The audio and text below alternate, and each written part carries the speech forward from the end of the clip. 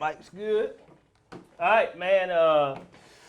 Goddamn. Look, this is a guy. All right, we was in the same homeroom throughout, middle school?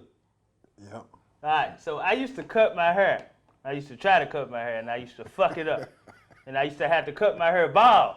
And this big nigga right here used to smack me on the back of my goddamn head when I used to come in class. And I couldn't do a damn thing about it right there. But y'all, this is another episode of the 38114 show. I'm comedian Ambrose Jones. Y'all make sure y'all hit subscribe, hit that like button, turn that notification button on. We're sitting here with a very special guest. We can say ex-NFL player. Yes, sir. From goddamn Memphis, Tennessee. Yes, sir. That's right, from Hamilton High School. Goddamn high school alumni partner, Mr. Thomas Johnson. Yes, sir, man. Appreciate What's up, man? No doubt, man. All right, before we get into all the NFL and all the your business ventures, what you got going on, where it started at from you? What part of town you grew up in? South Memphis, man. I actually grew up in West Memphis, Arkansas.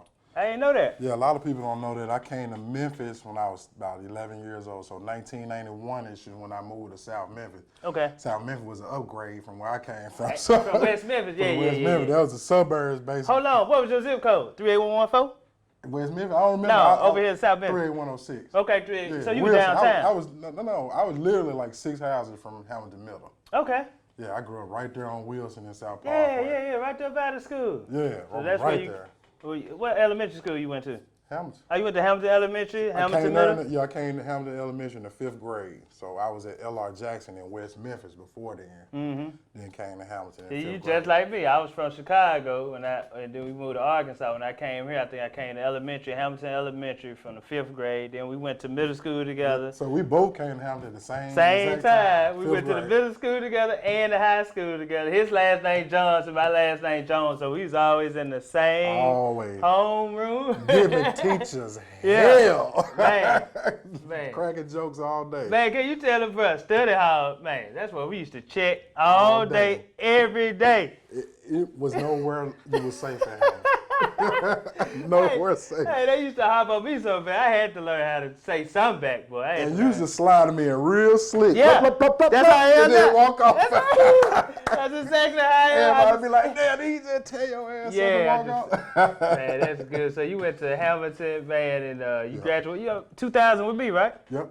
And then what college you went to? I went to Middle Tennessee State University. And what that is? That's in Murfreesboro, Tennessee, right outside Nashville. About Okay, 30 minutes from you got a Nashville. scholarship there? Yeah. But, hold on, we had a good football squad in high school.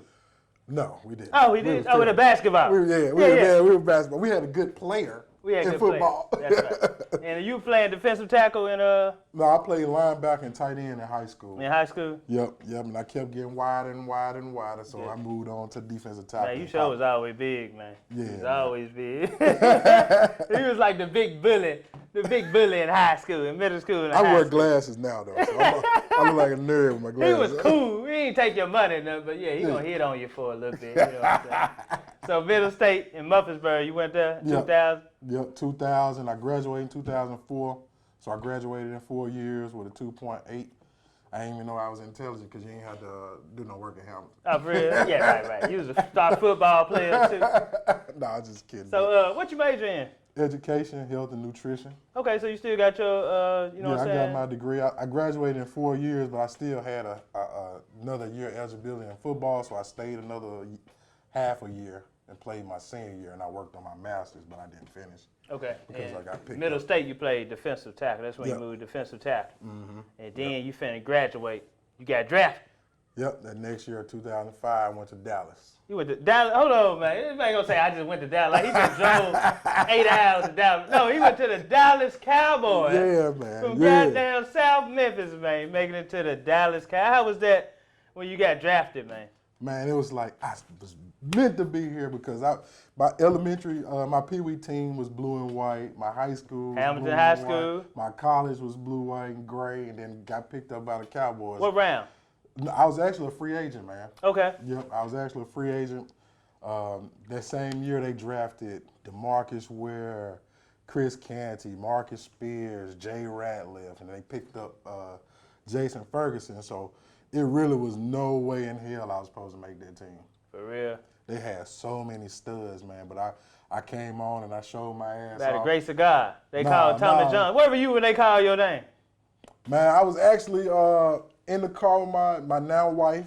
Because we had just left my mom's house, and then my agent called, and he was like, all right, the draft is over. We didn't get picked up, but just sit tight. And like 15 minutes later, man, I had literally like 16 teams trying to sign me that day. For real? Yep. Within that 15 minutes? Yep.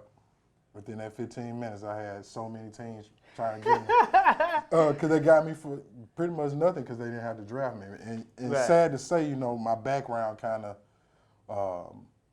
stopped me from getting drafted, man. You know, kind of some of the shit I did in high school, got in a little trouble. The charges? Yeah. Oh, for real? Yeah. And then they did a background check and they came to South Memphis, man. Sad to say, they judge you off of where you come from, too. Damn, for real, man? Yeah, man. And it was sad, but it was cool, you know. You still got in, I either still way. got in, got that bag. So. You still got in, man. So who was the quarterback and who was the star wide receiver when you got drafted? Oh, man, it was just so, man, Dallas was so full of stars when I got there, man. Oh, my God. Drew Bledsoe was the quarterback. Okay. Romo was the backup. Rainbow, okay. Keyshawn Johnson was the star receiver, and Terry Glenn, rest his soul. What about running back? Running back was Julius Jones. Oh, okay. Julius Jones, and then, you know, on the offensive line, we had like Larry Allen, and Flozell Adam, Marco Rivera. Yeah. Just all like Hall of Famers just stacked across. And then, you know, and then on the defense, we had in front of me. In front of I'm you. going to name what I walked into. So what made me say Dallas over all the teams is because I was a Dallas fan as a kid. I was like, man. And then my college coach was actually coaching that I played, that recruited me in the middle, was the defensive line coach in Dallas. Oh, okay. So you all that kind of synergy, I was like, man, I'm going there. You know what I'm saying? My agent, he didn't want me to go there because they were so stacked and they just drafted all these guys that played my position. He was like, I wouldn't do it, but I knew, you know, it didn't matter where you come from. It don't matter how big you is, but ain't no motherfucker finna outwork me. Man, I'm from South Memphis. Exactly. Ain't nobody like me. I'm from South You ain't finna Memphis. outwork me and I ain't finna let you bitch me. You know, in my position, Right. it's man on man. So Yeah. at the end of the day, you can't finna whoop my ass. Right. So how's this, man? Your first game. How's this, man? Was you nervous, man? Your first game. Oh hell yeah, man! You didn't start. You didn't come in and start, did you? Nah, so you got the preseason games and Right. shit to play too. So even then, it's like this is when you make the team. Okay, So it's preseason game. wrestling. You got to put you it on the gotta game. You gotta put that shit on tape, right? Yeah. Preseason. So that first like 4 or 5 plays, man, I was just running. I kept falling, bro. It's like I'm running. I could be just running nowhere and just falling. It was like, what the hell, you know? Mm-hmm. But then after probably like the 4th, 5th play, I got my wits about myself, and man, I had a phenomenal preseason. Okay. My rookie year, man, and I made the team. I didn't do no practice squads my entire, NFL career. I was on the 53-man roster. Dallas, the only team I didn't start on. Mm-hmm. I started for Houston. I started for Atlanta. Yeah, we ain't finna get into that. So you did 2 years at Dallas.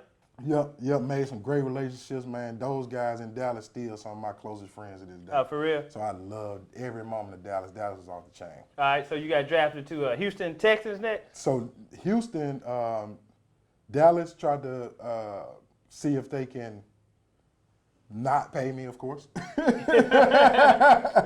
Yeah, And then you still got to deal with that when you get into the NFL and shit too, though. Yeah. And then Houston came up and was like, man, we'll cover that. We're going to throw a bag. Yeah, they gave me a little check, and it was crazy, man, because Dallas brought me in and was like, okay, Houston is trying to claim you. 20 minutes later, my agent called and was like, Houston gonna claim you, don't go to practice. So I'm walking out to practice. They stopped me from walking out to practice in Dallas. For real? I had to go get on a plane that night to move to Houston. For real? That night. The practice day? I'm at practice. Yeah. I leave practice to pack my bag to go to Houston. I didn't even get a chance to pack my house. I had to send my family, my mom, and because I wasn't married at the time, everybody to pack my house. I was in Houston the next day. For real? I didn't even get to pack a bag in that house. So you had to train at Houston the next day? The next day. They were like, we got that bag for you, we want you here. Yeah, next So day. next day you in Dallas, you in Houston practice? Practice. Hey. Just like that. You like, which one you like better, Houston or Dallas? Man, I love Dallas, bro. Women in Houston. Oh, you got women in Dallas and Houston. Yeah, man. Hey, man. Hold on, man. Oh, I'm married. you married. Okay, you was with your, okay, that's right, my bad. I thought you was a single NFL star. I thought I was going to hear some stories. Okay, I forgot. Hey, chill out. Nah, man. Shout out to Miss Johnson, beautiful Miss Johnson. I seen you on Facebook. How you doing? Yeah, but man, Dallas just showed you so much love, bro. It was like the city. It was like playing for the Lakers, you know. Yeah, that's the star team. I remember going into a club at one point, man. Dude asked me, he was like, "We don't have any more tables, but we can make you a table where you want it." Mm-hmm. And we were just bullshitting. We were drunk. We wanted right there, it was in the middle of the dance floor. 10 minutes later, boom, table on the middle of the dance floor, bro. A table. He put you a Bottles. Table. Bottles. Yes, and we was deep. It was all Cowboys. It was probably like 15 of us. And he just set it out, bro. But it ended up turning the party completely fuck up. Out. So we were pouring up everybody. You know, for real? Yeah, we just had a good time. This doing off season? Nah, this. Nigga said this on a Wednesday. Too, man. We got a game Thursday, nigga. This on a Wednesday. You gotta live too, Hey man, so you got your hold on, before you get your you got drafted for the Dallas. Yep. Then who taught you money management? Did somebody teach you money management, and when you got this big lump sum of money you never had before when you got drafted to the Dallas, did you go crazy with it, or somebody taught you? You know, people come in your life and try to teach you, man, and people always wonder when they like, man, this dude made all this money, how he broke, blah, blah, blah. Man, until you get that kind of money, you don't know what you gonna do. You don't know what you gonna do, because I went in like, man, I ain't have shit. We from South Memphis. Right, and my rookie year, I tell you, I wasn't making but like $27,000 a week. At my rookie year. Okay. Shit, you know, that's good. Yeah, that's good. Yeah, but still, you know, it was some guys. I remember getting my first check. Let me tell you a story real quick. Okay. Greg Ellis, amazing defensive end for the Cowboys. I got my first check. I was so geeked, man. I was happy as hell. I'd never seen that kind of money.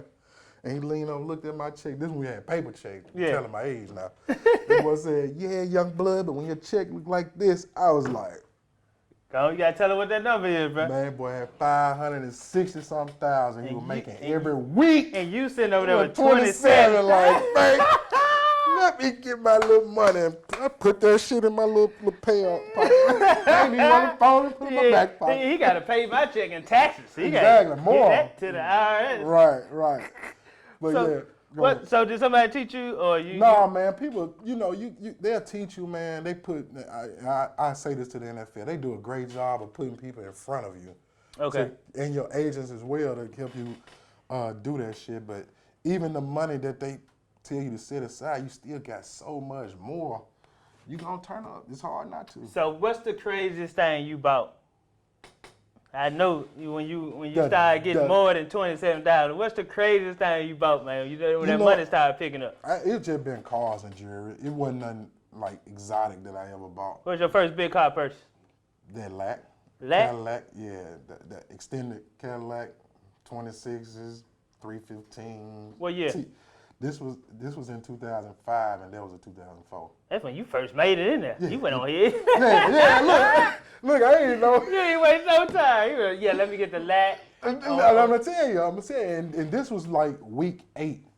Like I wasn't spending anything, man. I was being disciplined. I thought I was anyway. Yeah. And I was just sitting there, man, and I'm just throwing that shit in the bank and just practicing every week, throwing it in the bank. And you look up 8 weeks later, like, man, I got 100 G's and I'm riding in the rental car. Oh, you know, I'm fresh out of college. I ain't had no car. I ain't had shit. Yeah. You know what I mean? I was like, if I'm going to get something, I'm going to get something. You going to go get something. something. So as soon as I got it, went straight, got rims. And what color was it? Black on black. Black on black? Yeah, ostrich ceiling. It was crazy. That was crazy. Okay, I thought you My wife didn't like that motherfucker. She didn't like that? Oh, no. Because you had to go buy her something after that. Then. Look, I got that. It was so tinted, could nobody see, man. It'd be women, man, pull up and be like, let your window down. My wife would let that motherfucker down. Like, so I had to get rid of that light. You had to get rid of that? You had to get something? I got to get out there and want to get a van after that. I don't want no smoke. No more big cars for me. No more big. I'm going to give me a goddamn minivan or something. All right, so what about your first house? Where you buy your first house at? My first house is in Houston. Okay. First house I bought was in Houston. In Houston? Yeah. Okay. Yeah, it was nice. Big house? It wasn't too crazy, about 4,500 square feet. It wasn't that stupid, but a nice area, man. Pool, real gated community, but it was real nice. So you real conscious with your spending. You ain't just go Lamborghini, Lambo. Nah, man, I ain't make that kind of bag. You ain't make that? Better probably had that bag. Can't sell. Okay, you buy Corollas and brand new Tauruses and okay, he had Toyota Camry money buying. No. I had probably I had Lamborghini money, but I ain't. You ain't go back, but you had some type of discipline where you ain't just go. Cause all that shit don't matter, man. For me, man, the older we got, man, men validate themselves on how they take care of their family. Man. Okay, so you got a woman at this time. You have kids. And even before my wife, even when I was in college, man, at that point I knew I was good in football and I had opportunities, so I was thinking further. I was thinking about my kids before I even had kids. Okay. You know what I'm saying? I had to make sure I had them set up. So that's always been my goal. And then having some of the big homies in the league, seeing how they had they kids set up, what I'm saying, through different stages in their life, I knew that was a good driving factor. And then you got to take care of mama. You took care of mama now? Yeah. My mom, hell yeah. My mom ain't want for nothing, man. She still don't. My mama. I'll tell you what I had. I remember I told her about my first check. I called. I was like, Mom, guess what my first check was? She was like, I said, $27,000. This mom said, for the year? I'm like, nah, this for the week. This for the week. Man, she said, I quit my job, right? Oh, she told you she said that, and she ain't went back since. For real, bro. Man, Mama told you she quit her job. Man, when she heard that number, she said, I quit my job. Hello, where was she working at? She working at the Peabody. For real? Yeah, Mama, man. that's a black mama. Hey, look, I quit my job. You ain't got to tell me. Ain't even told her, right? You ain't got to tell me. I went on here I quit my job. Because you my son, I took care of you. Yeah. See how big you is? I fed you, boy. All that chicken and churches and goddamn pop. All right, man. So how was your upbringing? Was daddy in your life? Nah, man, we ain't had no dad, man. It was my mom, man. Single mom, man. Single mother. Everything ain't it, man. Single mama, man. It's everything, bro. So you didn't have no relationship with pops? No, man, not really. It was off and on. Talk to him probably once every year, every 2 years. But when you made it to the NFL, did things change? Nah, man, because he know I'm a real South Memphis goon. So he couldn't ain't going. He felt that energy like, nah, bro, this one dude I can't. Did he try to call once his son made it to the NFL, though? Nah, he did, but he just was on some, I'm proud. He wasn't asking for anything. Okay. Nothing like that. He never asked for nothing. So I can't say that he came in and asked for nothing. Okay, so he already He knew. just was proud of the fact, you know what I'm saying? He messed up on these drugs. So okay. I wasn't going to put no money in that hand. So you already knew you wasn't going nowhere if he, okay. Yeah. Did y'all try to rekindle that situation? We talk a lot more now than we did when I was playing ball, believe it or not. Because he didn't call much when I was playing, but when I stopped playing is when he started reaching out more, you know what I'm saying, talking to me, talking to his grandkids every now and then. So. All right. Okay. Now we going from goddamn Houston, Dallas to goddamn Atlanta. Woo! I played in the poppin'est cities on the planet. Atlanta Falcons. I went from Dallas to Houston. I can't say women. I can't bring up the women name no more, but God. And I had to be strong, man. Some beautiful women in all these cities, man. We played with the three other populous on the planet, bro. So what year you go to Atlanta Falcons? This was 2009. 2009. Yep. Man. 2009. This is 2009. Got to Atlanta. Started there, man. Was doing great. Man, got some good relationships there. Atlanta's been good, man. That's why I'm still there. Man, you can't be having. That's what I'm saying. Yeah. Go ahead. You went to Atlanta.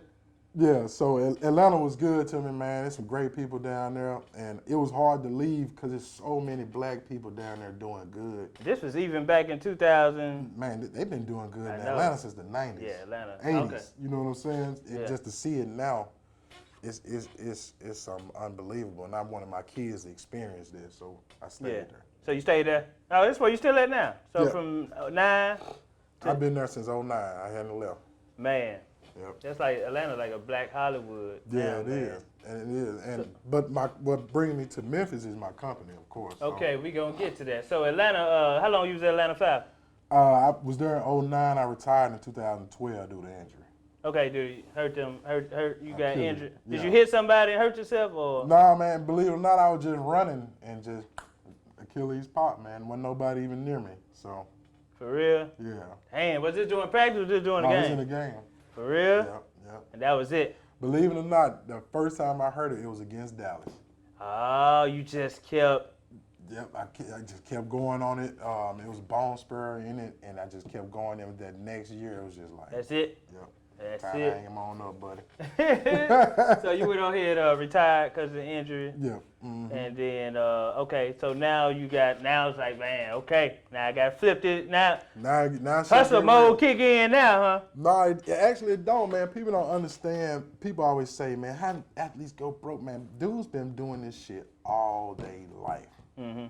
From probably 9 years old to their mid-30s. What the fuck are they gonna do?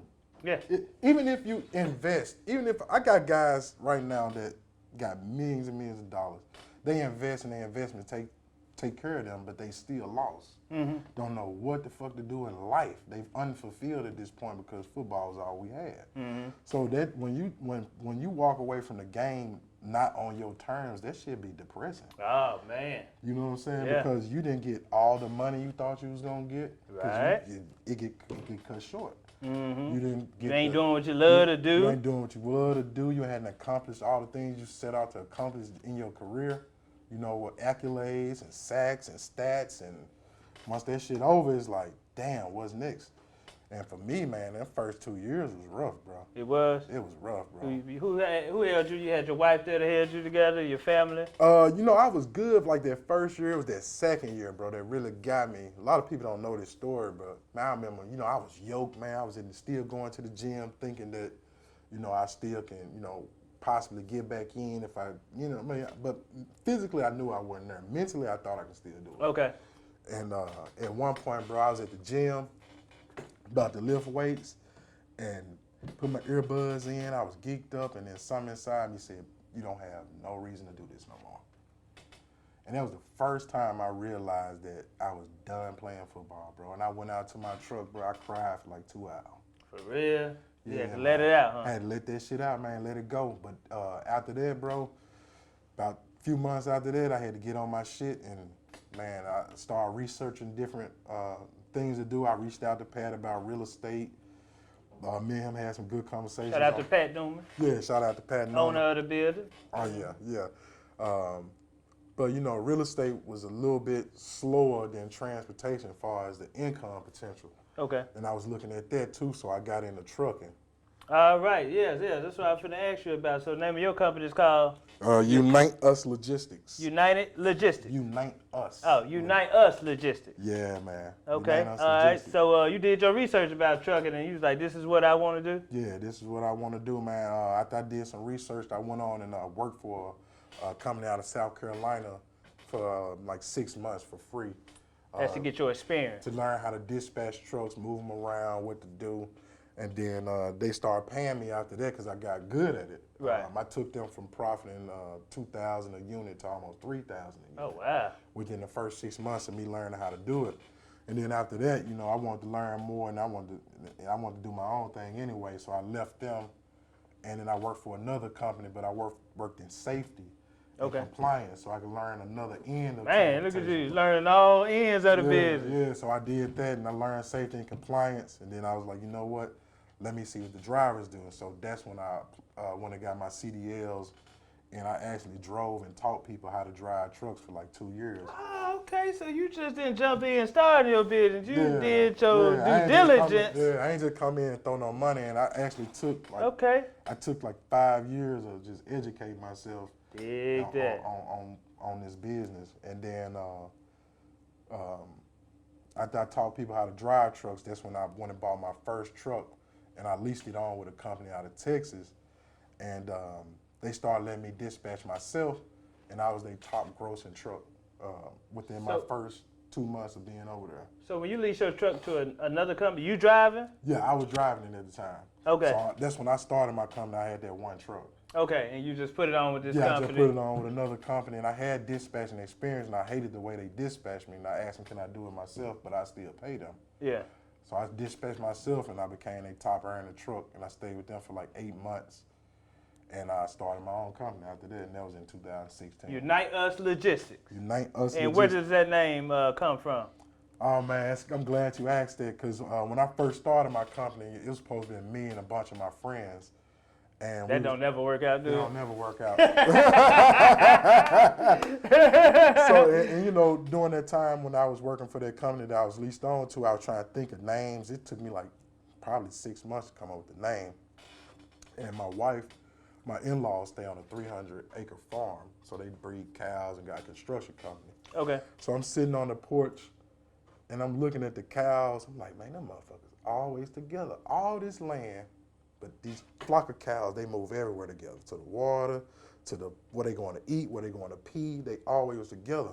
I was like, they so united, bro. I wish I could get my, because at this point, my dudes fighting over who gonna have this percentage, who gonna do this, who gonna do that. I'm like, man, we just can unite, bro. I just don't. And I'm like, unite us. If we can, and that's when I came up with the name Unite Us Logistics. Unite Us.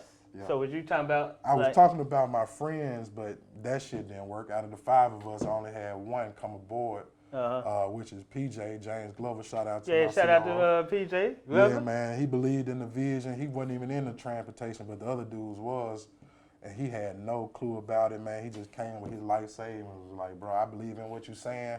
I don't know what the fuck we finna do, but let's go do it. And PJ is Hamilton alumni too, right? What year he came out? 2000. 2000, right. Yeah, See, yeah, you yeah. end up going to visit with somebody you went to school with. Man. Yeah, and you know, PJ was the co-captain of the football team. Yeah, okay. Yeah, and we both was Omega Preps in high school. I was the president, he was the vice president, so he's always been right there with me. Yeah, anyway. okay. And later on, he got into music. He's into music, man. He played for several different churches and travel bands and. Because with me doing my comedy thing, I used to run into different spots doing it. But yeah, that depression, I know what you're talking about, man. Because when COVID hit and we couldn't do comedy no more.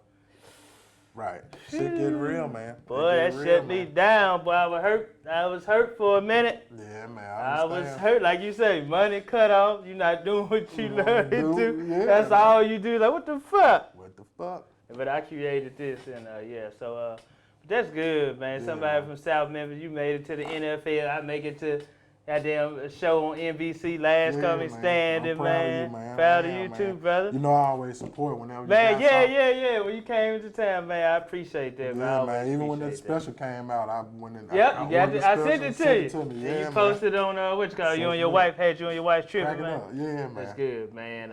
So yeah, man, Unite Us Logistics, man. Where can they? I'm gonna go a little bit deeper into that if you got a second. Into that name. I'm gonna tell you how God worked, man, and you gotta keep moving with your dream. Even though I couldn't unite my friends, but I ended up with a major contract with UPS, and I wasn't able to unite my friends, but I made some connection to UPS that challenged me to help them come up with a solution with their minority spend. So UPS outsourced almost $1 billion worth of freight every year, $1 billion. Minorities represent less than 1% of that billion, less than $10 million minority carriers pool out of $1 billion. And they trying to figure out how they can help with that. And this me talking to the president of U.S. operations at UPS, and I told him, why don't we create a consortium concept? Who? Consortium concept. Okay, and what is that? For the people that don't understand, like myself too, what is a consortium? Consortium is like, it's kind of like the king of comedies. A bunch of comedians come together to service one big audience to make a whole lot more money. Okay. I put it like that in your Okay, and these are all black? All the carriers I have are minority owned, they African owned, Eastern European. So what I do is I go out and I recruit these carriers and put them a part of that consortium, and they all gotta be minority owned. You can be LGBTQ, you can be military, you can be white woman, black woman, anything but a white man, basically. Wow. Considered a minority in this country. Right. So I take them and I get them certified through NMSDC that proves to the government that they're a minority-owned company. So we take all these certifications, take it to UPS, and say, okay, now I don't just have 20 trucks that can service this capacity. I got 600 trucks. Wow. Right. So then that's more money. that's more money. They'll now, be more quick to jump on that. Yeah, and that's what they did. And not only that, so I found out how to get them their minority spend up. I was able to they was able to then say, okay, government, I'm giving this much to minorities. What do you have for me? So now the government give them tax breaks for giving work to minorities. Man. And now the government also give them freight opportunities. The government is the post office, that's FEMA, disaster relief, that's all of this shit that happens all the time and the government dumps billions of dollars into. So UPS, so now that they giving work to minorities, the government give them more work. Wow. So I was able to help them get more work from the government, and I was able to help the minorities get more carriers. So you took that name just for just trying to unite your group of friends to unite minorities together. Carriers all across that's the country. good. Yeah, man. I knew it was a bigger, when you say unite us, I knew it was a bigger meaning to that name. Yeah, though. man. Yeah, Man, that's dope right there. So by me saying that, man, to the people who out there trying to start a business and follow their dreams, man, just persevere, weather the storms, keep going. Every time you make a piece of change, take that shit out the bank, put it right back into your company. Yeah. Take you to the next level. And one thing about our business, me and James, we'll get here and be comfortable as hell for like 6 months, and he be wondering, what am I doing? I'm pulling all the money out the bank, putting it right back into my company to put us up here, but we might get here, but we poor as hell when we get here for like 4 months. Right. And then after them 4 months, it's like, right. And you take all that shit again and keep do it, applying keep it to on your stacking, company. keep on. Keep elevating your company, man. Don't ever get comfortable, because business, it comes and go. So every dime you get, man, putting that shit in the bank is the worst thing you can do. And do your research on the business that you want to get into. Absolutely. That 100%. man did his due diligence. Yeah, 5 years in before I even started my company, just on learning, man. Yeah. And even when I started my company, man, you got to be able to sacrifice. I paid myself $700 a week, brother, for a year. And James didn't get paid at all for the first year. Oh, wow. Just so we can take all that money at the end of the year and dump it back in the company. You got it. When you start a business, that don't mean take all your money and now I'm rich because I make $3,000 a week. Yeah, yeah. Nah, man. Now you make $800 a week and you put that other $2,200 up. Let me tell you, because when comics, we making money every weekend. You Right, spend it. COVID hit. I'm lucky, like a couple of years ago, I had just got smarter and like, hey man, you need to start stacking. Right. Thinking what my mama say, boy, you better put some money up. You never know what's gonna happen. Right. Then right, COVID right, hit. Like, right. what the fuck? You know what I'm Right. saying? A lot of comics, man, lost a lot of money and yeah, man. Yeah, So man. you do COVID gotta. was ugly, man. Just thank God that I'm in a essential business with what they call them. So you didn't shut down during COVID. You Nah, kept some rolling. things slowed down for like the first 2 months because everybody was uncertain on what the hell was going on. But after that, man, it's been like, thank you. Crazy. Because everybody ordering from home. Amazon is booming. Yeah. And Amazon pull all the freight off the market, make the rest of the freight market go up because the capacity low. So thank everybody for ordering Amazon shit. Cause Man, well, you think all this comes from Amazon. But it's funny that you got a contract with UPS, man. Before I started doing comedy, I worked at that company for 7 years. My last year I went driving. And after that, okay. I ain't know that. yeah. I was making $23 an hour. I was doing real good. Yeah, man. But I was like, this ain't what I wanted to do. You know Right, what I'm saying? man. So, but that's good, man. Let everybody know where they can, find Unite Us, Logistics at. Yep, Unite Us Logistics is on Facebook. Just hit that, Unite Us Logistics. Our website is uniteuslogisticsinc.com. You can email us at dispatch@uniteusinc.com. And man, if you know anybody looking for freight opportunities, either they looking for a driving job, if they're owner operator looking to lease on to a company, if they have their own company, we can service them no matter what facet they in. Okay, because I was thinking about, what if I go get the trucks? Can I lease them on to your company? Yeah, man, we have opportunity for those as well. We have a lot of people that invest in units and bring them on to us. Yeah, absolutely. So that's okay. Dig that, man. Yeah, man. So, we got investors that got 3 to 5 trucks with us. Okay, so how many trucks do you have total? 27. 27 trucks. You started off with one, and you was driving that motherfucker. I was driving. I was the driver, the dispatcher, goddamn everything. Okay, that's good, man. Yeah, man. We started with that one, man. We moved up to 27, and we will be a lot farther. But we started our freight brokerage and started directing our attention to the consortium so we can help all these other carriers. Okay, dig that, man. Yeah, That's man. good, man. Proud of you, dog. Yeah, much success in your Man, business. Same to you, man. Appreciate what you're doing for the minorities too, man. Yeah, man. It's so much stuff out there for us, man. And it's deeper than transportation. It's in anything, man. You can get these certifications. You just got to do your research. Whatever field you in and that you're looking for, these people have set aside funds for minorities. Okay. They ain't gonna open the door just because your ass black. You need to go Right. go get these certifications, the insurance requirement, everything that they need. You need to get it done. And if they work with you, they gonna work with you. That's right. Unite Us Logistics. Inc. Yeah, Inc.com. Inc.com. All right, man. This is my comedy special. Say it loud on a 1 gigabyte USB drive. Like my boy Thomas said, he already got it. It's hilarious.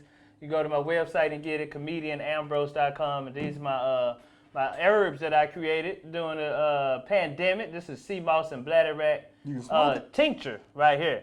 This is 2 of the most powerful herbs soaked in 80 proof vodka for 6 weeks.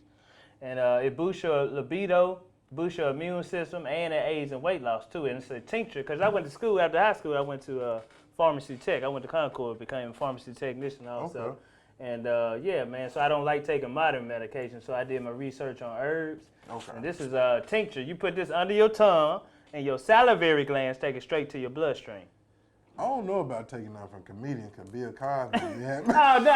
No. These ain't no, what are you doing? Quaaludes. These are herbs right here, natural herbs, man. You just take man. 2 full droppers under your tongue, man, and your salivary gland take it straight to your bloodstream. Oh, wow. Boost your libido. Okay. No Viagra. Okay. AIDS and weight loss, and it boosts your immune system too, so you ain't got to worry about getting COVID-19. Okay, that's what's So up, we got the 1 ounce and 2 ounce bottles on my website, comedianambrose.com, man. Thomas Johnson, man, before you get out of here, we got to look in the camera and say thank y'all for tuning in. This is the 3811 Bus Show.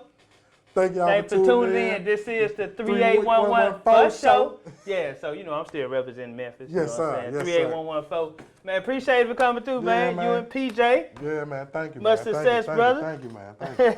Oh yeah, we talked about, you know what I'm saying, getting away some of that new funds at the end if you need to, tax deductible. Yeah, man. Get with James. You know, we always want to give back, especially to our Hamiltonians, man. And we can promote Unite Us Logistics on the. We got like over 90 hours watched. We got like 100-something subscribers, so it's worldwide, man. Just get with me and James, see what the pages are. I'm Yeah. sure we should be able to do something. Man, cool, man. Appreciate that, man. Dope interview, man.